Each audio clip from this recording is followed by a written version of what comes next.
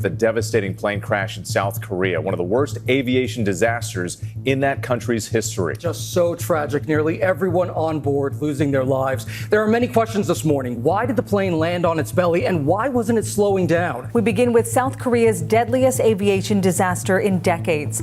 It was swift and catastrophic.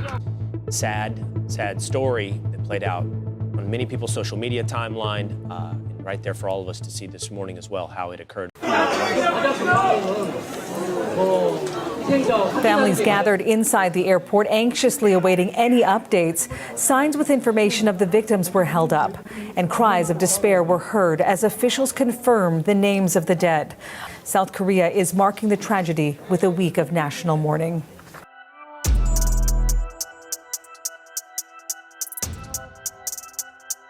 And there is still a lot that we don't know here. That Jeju Air has a very strong safety record as a South Korean low-cost carrier. There was just one other incident almost 2 decades ago when a plane overshot a runway. Only 6 people had minor injuries then. We've got a mystery here, Gio. There's no question about it. You don't land with your landing gear up if you have time to put it down. There's an alternate method, even if you've lost all hydraulics. It's unclear how a potential bird strike would lead to landing gear not coming down. Now that video is believed to be showing the moment of bird strike.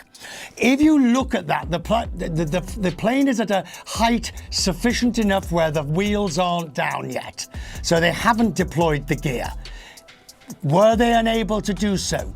Were they basically sidetracked? Were they obsessed with what they were dealing with? We just don't know at the moment. I don't see any connection between a bird strike and whether the landing gear was able to come up or down or not. I really can't see that those two things are related. However, what can be related is the response to a bird strike. So after you've hit a flock of birds, you may have an engine out, you might have things going on, and that creates a lot of chaos in that cockpit as far as how the aircraft is going to land, where it's going to land on the runway, all of those things. You don't have a lot of options, so that can cause that overspeed condition at the end. But there's so many different unanswered questions. There are images of allegedly a bird strike on this aircraft just prior to landing. It appears to have impacted the right engine, so they probably had a right engine failure. Whether that caused a cascading series of problems in the cockpit, we don't know.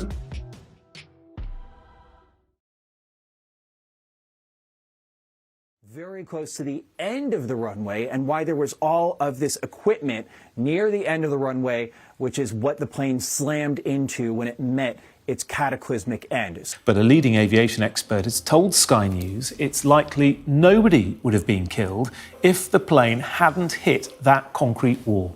It's very possible that the plane would have been fine if it hadn't hit that wall. Why is that wall even there? That's a good question. I don't know why it's there, and I don't know where it is in regard to the center line of the runway. You don't want anything in the way of the aircraft as you're coming down a runway. And if you're landing gear up, there's no training for us as pilots in terms of how long it's going to take, how much extra time if you're skidding. Now, of course, you also don't have any directional control at that point after you've dropped the speed maybe under 100 knots. Given the situation he was in, he carried out as good a landing as he possibly could, and when he got to the end of the landing run, the aircraft was substantially undamaged and there was no fire, and then the aircraft hit something really hard and it burst into flames, and that's what killed the people on board. That kind of structure should not be there. The ILS antennae, it's where they normally are, but they shouldn't be embedded in something as hard as that.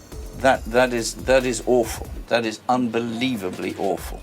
And you can see it's level ground beyond that. There was plenty of space for the aircraft to have slowed down, come to a halt, and I think everybody would have been alive. But to have a hard object about 200 meters or less into the overrun, I've never seen anything like this anywhere ever before.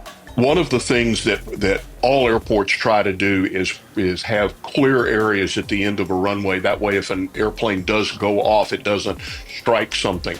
In this case, that was not the case. The airplane was under control and was slowing down and would have come to a stop had that wall not been there. Most of the injuries and fatalities were due to striking that wall, blunt force trauma. But there's no answer as to why that lighting facility, which is a large piece of concrete equipment is located exactly where it is. No reason in my mind for it to be there. So that would be my next question does the airport meet the standard design criterion for an international airport?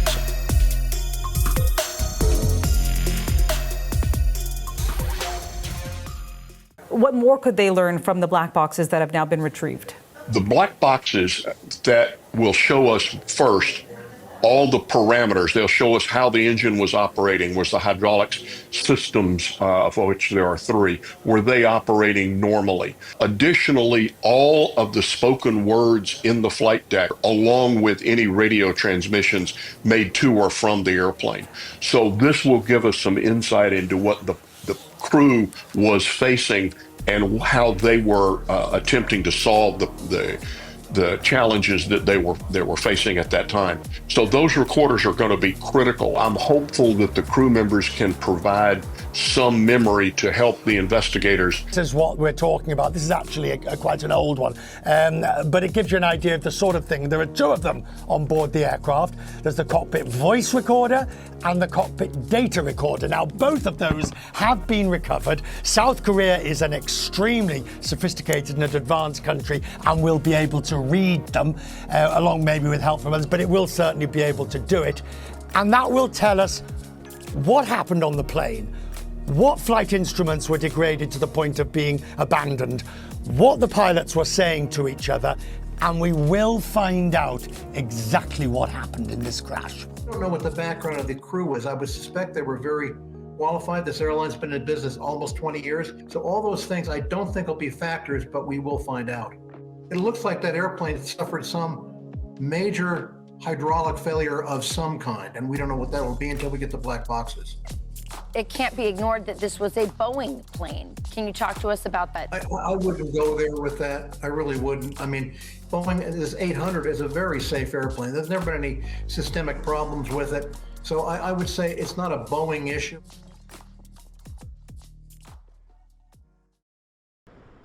Now, for a country that has been through so much with martial law declared earlier this month, this catastrophe has certainly cast a new pall over South Korea, adding to the urgency to find out just how this could have happened. And for Koreans, this is just one shock after another. The country is going through an acute political crisis at the moment after the president was ousted for trying to impose martial law here. And so the acting president, he's only been in office now in charge for 48 hours. So this is a major test for him. He has come to the airport now this afternoon, where he is overseeing the recovery operations and offering support to the bereaved families.